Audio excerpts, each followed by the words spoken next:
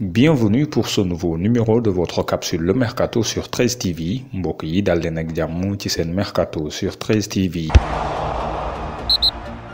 Ndika Téléfoot expliqué Manchester United dafa bëgg a sécuriser arrivée Ismaïla Sarr ci seen club ci nu mu gën a gaawee ba tax am na ab offre boo xam ne jébal nañu ko Watford mu di ab prêt ak option d'achat bu 45 millions de livres maanaam daanaka 50 millions d'euros. Hornets yi dañoo bëgg insérer ab clause bu 25 millions d'euros boo xam ne Manchester United bu levewul option d'achat bi rek da koy fay ñi di waa Watford. donte ne bëggoon na dem Angleterre jouer ca Premier League attaquant sénégalais bi di Habib Diallo. Finalement tey des ci Ligue 1 bu France joueur bu 25 ans bi bàyyeekoo na FC Metz ngir rejoindre Racing Club de Strasbourg Alsace avant-centre bi signé na fa 5 ans ngir 10 millions d'euros hors bonus. ginnaaw ba ñu relégué Amiens saison bi weesu ca Ligue 2 Moussa Konaté bëri woon na ay club yu ñu ko doon annoncé waaye boobaak léegi dara yembul ba tax directeur sportif bu club bi daal di xam ne Amiens day woyi di garder Lyon bi am 27 ans ginnaaw ba mu doonee révélation mondial U20 bi weesu ak Lyonceaux de la Teranga yi Dion Lopy am 18 ans dina rejoindre Europe ak Stade de Reims ginnaaw ba ko club yu bëri daal di soxlaa woon ci Europe moom Athletic milieu relayeur sénégalais bi rejoindre na club rouge et blanc yi ngir ñetti saison fas yéene fa fekk beneen naataango sénégalais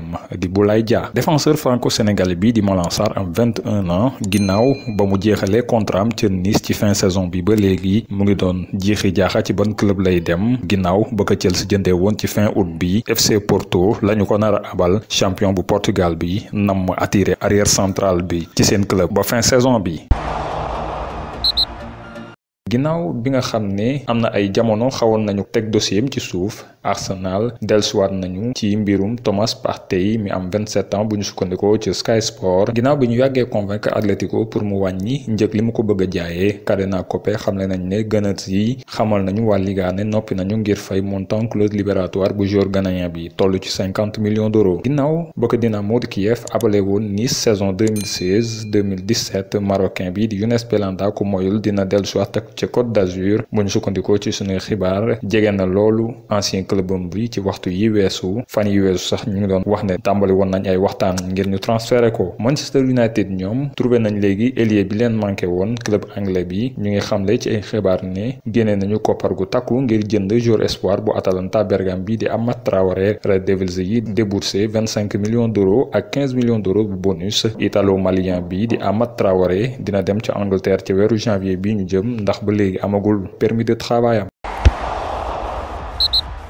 Selon plusieurs sources de Barcelone, Ousmane Dembélé va rester à Barcelone, très peu utilisé par Ronald Koeman depuis son retour de blessure. L'ailier international français ne va pas partir, il est focalisé sur sa saison avec le club espagnol. Prêté la saison passée par le Real Madrid au Racing Santander en deuxième division espagnole, Lucas Zidane avait été laissé libre par les Merengues, champion d'Europe U17 avec les Bleus en 2015. Zidane s'est engagé ce lundi pour 2 saisons avec le Rayo Vallecano qui évolue aussi en deuxième division espagnole. Passé par l'OM entre 2015 et 2017, Karim Rekik devrait s'engager ce lundi avec le club de FC Séville. Sous contrat avec le Hertha Berlin, le défenseur central néerlandais de 25 ans est arrivé en Andalousie ce dimanche et devrait y poursuivre sa carrière selon les informations du journal local Stadio Deportivo. Sky Sport Italia confirme le départ certain de Mattia De Siglio à Lyon sous forme de prêt. Douglas Costa va aussi rejoindre le Bayern Munich alors que Federico Chiesa va rejoindre la vieille dame sous la forme d'un prêt de 2 ans avec une option d'achat de 40 millions d'euros. En échec à Manchester United, Matteo Darmian s'est relancé la saison dernière à Parme au point de convaincre l'Inter Milan de miser sur lui. Le latéral droit international italien est prêté avec obligation d'achat. Antonio Barreca, l'arrière-gauche italien de 25 ans au club depuis juillet 2018, va être prêté à la Fiorentina. Une option d'achat à hauteur de 5 millions d'euros fera partie du deal. Depuis son arrivée, Barreca a déjà été prêté à Newcastle et à la Genoa et n'a fait que cette apparition en Ligue 1. Selon la Gazzetta dello Sport, Francesco Totti, devenu agent, s'active pour trouver un club à Antonio Rudiger dans l'impasse à Chelsea. La légende romaine aurait proposé le défenseur international allemand de 27 ans à l'AS Roma, où il a déjà joué entre 2015 et 2017, et à l'AC Milan. C'est le club lombard qui serait cependant le plus intéressé. Carlo Ancelotti et les Toffees ont bouclé le transfert de Ben Godfrey. Le défenseur anglais de 22 ans arrive en provenance de Norwich, relégué en Championship, et s'est s'est engagé pour 5 ans. Les Bleus de Liverpool auraient déboursé près de 28 millions d'euros pour convaincre les Canaries. International anglais Ryan Sessegnon a peiné à gagner du temps de jeu à Tottenham. Latéral ou milieu gauche, le joueur de 20 ans est prêté une saison en Bundesliga à Hoffenheim. Matteo Guendouzi va être prêté au Hertha Berlin selon nos informations. Il s'agit finalement d'un prêt payant de 4 millions d'euros qui ne comporte pas d'option d'achat. Le Hertha Berlin va prendre l'intégralité du salaire de l'international tricolore. Arrivé ces dernières heures dans la cité phocéenne, le milieu français du Bayern Munich, Michael Cuisance, 21 ans, a passé sa visite médicale. Il s'engage dans la foulée avec l'OM sous la forme d'un prêt avec option d'achat. Comme annoncé, Houssem Aouar va bien porter le maillot de l'OL cette saison. Le milieu de terrain de 22 ans l'a lui-même confirmé sur Téléfoot ce dimanche après le nul face à l'OM en clôture de la 6e journée de Ligue 1, un but à partout. Angers et le FC Séville sont tout proches de trouver un accord pour le prêt avec option d'achat d'Ibrahim Amadou. Le joueur formé à Nancy a été prêté ces 2 dernières saisons par le club andalou à Norwich puis Leganés.